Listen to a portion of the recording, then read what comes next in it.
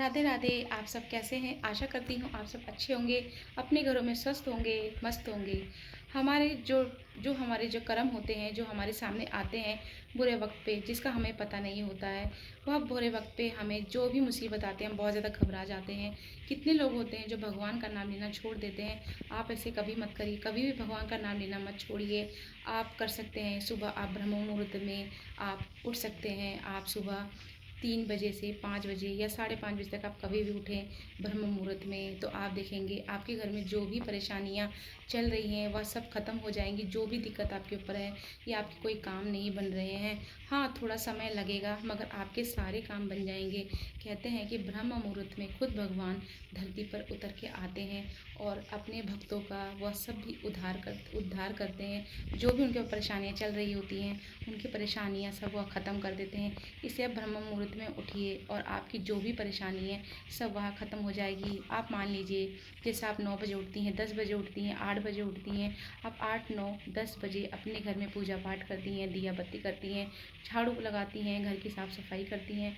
अगर आप यही काम ब्रह्म मुहूर्त में करें तो आप देखेंगे बहुत जल्द आपके सारे काम बनने लगेंगे।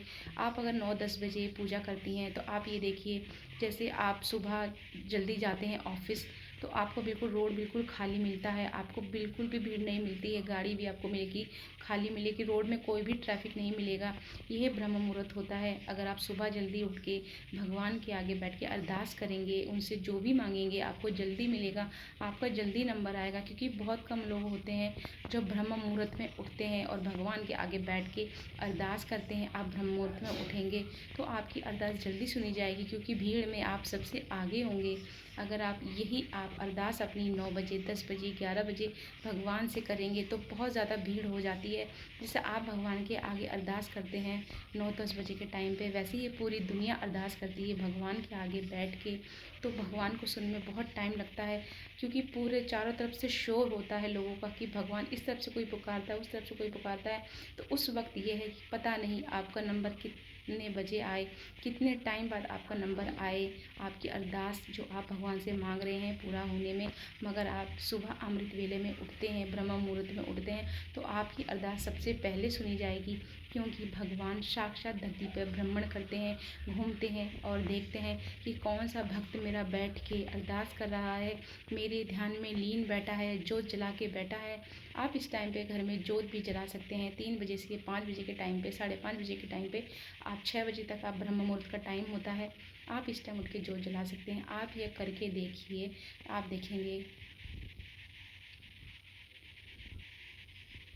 आप देखेंगे कि आपके सारे काम बनते जाएंगे। आप ये करके देखिए, ब्रह्म मुहूर्त में उठिए, आपकी सारी परेशानियां जो है ख़त्म हो जाएंगी।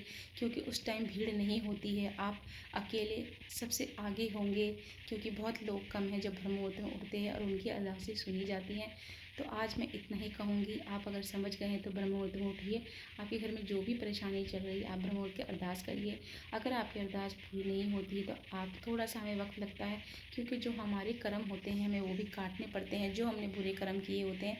हो सकता है उन कर्मों को काटने में थोड़ा सा टाइम लग जाए, मगर अगर आप ब्रह्म मुहूर्त में उठते हैं तो आपकी अरदास बहुत जल्द पूरी होगी। क्योंकि उस टाइम पे भीड़ नहीं होती है।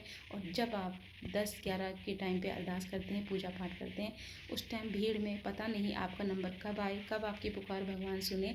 क्योंकि चारों तरफ से भगवान को आवाज़ें आती हैं, लोग हर तरीके से भगवान को पुकारते हैं, भगवान हमारी ये तकलीफ़ दूर कर दो, वो तकलीफ़ दूर। तो इस वजह से भगवान भी थोड़ा सोचते हैं कि किसकी अरदास में सुनूं।